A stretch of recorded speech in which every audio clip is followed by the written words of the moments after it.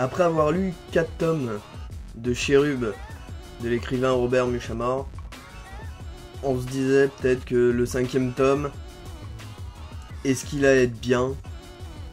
La réponse est oui. Est-ce que je l'attendais comme d'habitude? La réponse est oui. Mais il laisse des questions. Salut à tous et à toutes et bienvenue dans la Bibli de Vince. Et aujourd'hui on se retrouve pour l'analyse, la critique dans la Bibli de Vince du tome 5 Robert Muchamore, Les Survivants.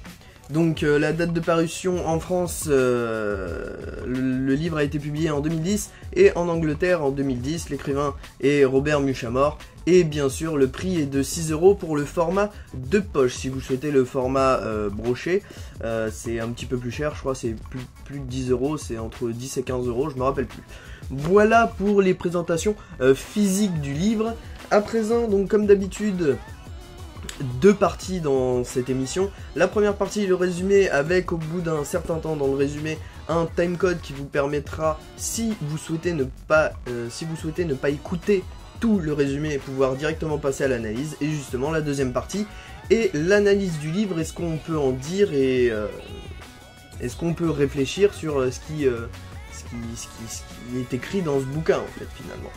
Allez, on est parti pour le résumé. Le livre débute avec une mission à Hong Kong où Kerry, Bruce et Kyle sont en mission là-bas. Donc leur but est d'identifier le rôle de la famille Xu dans une organisation qui est soupçonnée terroriste, qui est Sauver la Terre. Une filature leur permettra de remonter jusqu'à Barry Cox, qui est un membre de Sauver la Terre et qui avait pour projet de faire un attentat à la TNT. Oui, rien que ça. Ce dernier rencontre Bruce dans un hôtel et se fait mettre à l'amende par Bruce. L'équipe de Cherub est renvoyée au campus et c'est quand même une belle avancée dans le fait de démanteler le projet Sauver la Terre qui sont des attentats à l'arme chimique, etc., etc., etc. Donc peu de temps après, on se retrouve avec James et Lauren qui ont une mission. Ils reçoivent une mission. L'ordre de mission est le suivant. Donc Joel Regan est un gourou de la secte Les Survivants. Les forces de l'ordre australienne, donc c'est l'ASIS, pensent que cette organisation a un lien avec l'organisation terroriste Sauver la Terre. Le but de cette mission est d'infiltrer l'arche de la secte. Oui, car ils ont fait un arche, comme un arche de Noé en fait, si vous voulez. Ils sont vraiment... Et de trouver des documents sur la relation entre ces deux groupuscules. Donc forcément, les trois agents partent donc en Australie et joignent Abigail, qui est une membre de l'ASIS, qui joue le rôle de mère de famille. Très rapidement, ils vont être approchés par la secte Les Survivants. Au départ, il leur est un peu difficile d'apprécier le comportement joyeusement hypocrite des membres de cette secte. Ils s'habituent rapidement et font des tests pour rentrer dans l'arche. Car oui, pour rentrer dans l'arche, il faut faire des tests, c'est-à-dire être une personne pure. Ce qui est déjà un peu bizarre, hein. Vous sentez le truc venir? Ouais, ça sent mauvais. James donc a comme mission de vendre de la nourriture dans une maison de retraite. Un après-midi, James est présent lors d'une dispute entre le fils d'une milliardaire et Elliot, qui est un membre haut placé des survivants. Le sujet de cette altercation est d'autre que l'héritage que souhaite donner Emily, c'est-à-dire la milliardaire, aux survivants. Son fils Foudrage donne un coup de couteau à Elliot et James, voyant cette scène-là, riposte en jetant de l'eau bouillante au visage de l'agresseur.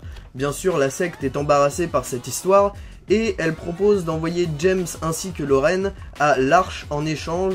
Il n'ébruite pas trop l'affaire, c'est-à-dire il l'ébruite même pas du tout.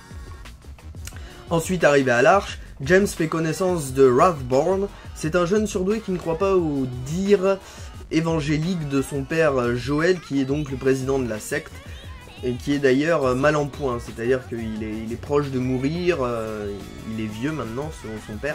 Enfin bon, c'est une histoire un peu particulière. Dana est quant à elle refusée dans l'arche. Cependant, les survivants lui proposent de commettre un attentat. Cet attentat doit se faire sur une base pétrolière, et d'ailleurs Barry Cox sera à ses côtés pour superviser l'opération. Pour ceux qui ne souhaitent ne pas en connaître plus, vous avez un timecode qui va s'afficher là. Ouais, il va s'afficher là.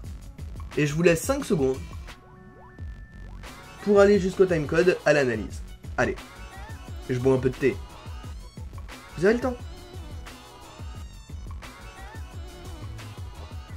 Vous êtes sûr de rester? Sûr? Ok.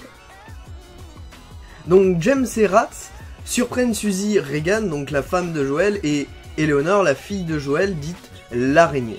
Cette dernière suspecte Suzy de blanchir de l'argent pour son profit. De son côté, Dana se retrouve à bord du bateau avec Barry Cox, et elle le ligote et rejoint le port de la ville. Bon, elle le ligote, c'est pas aussi facile que ça, il y a une sacrée altercation qui s'y joue, mais bon, vu que c'est une membre de Cherub, elle a un certain niveau d'arts martiaux, etc., donc elle arrive à le neutraliser, voilà. Mais il fallait faire court pour un résumé, si vous voulez, je peux pas vous faire toute la scène non plus. Mais c'est une scène assez sympathique du bouquin.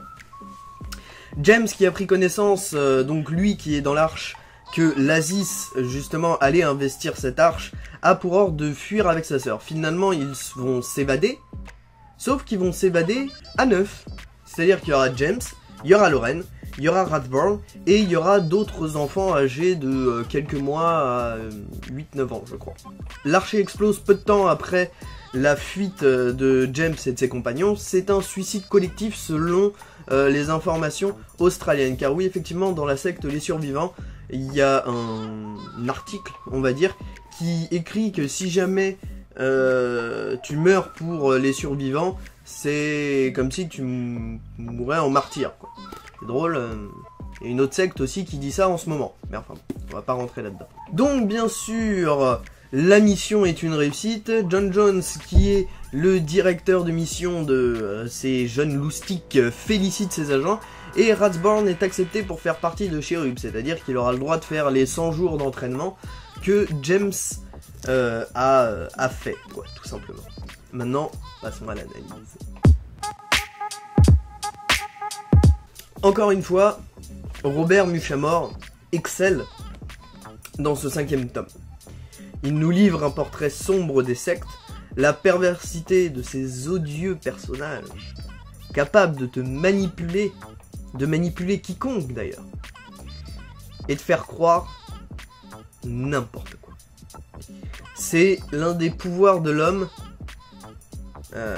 Il y a différentes phrases qui disent la même chose, c'est-à-dire par exemple l'homme est un danger pour l'homme, par exemple.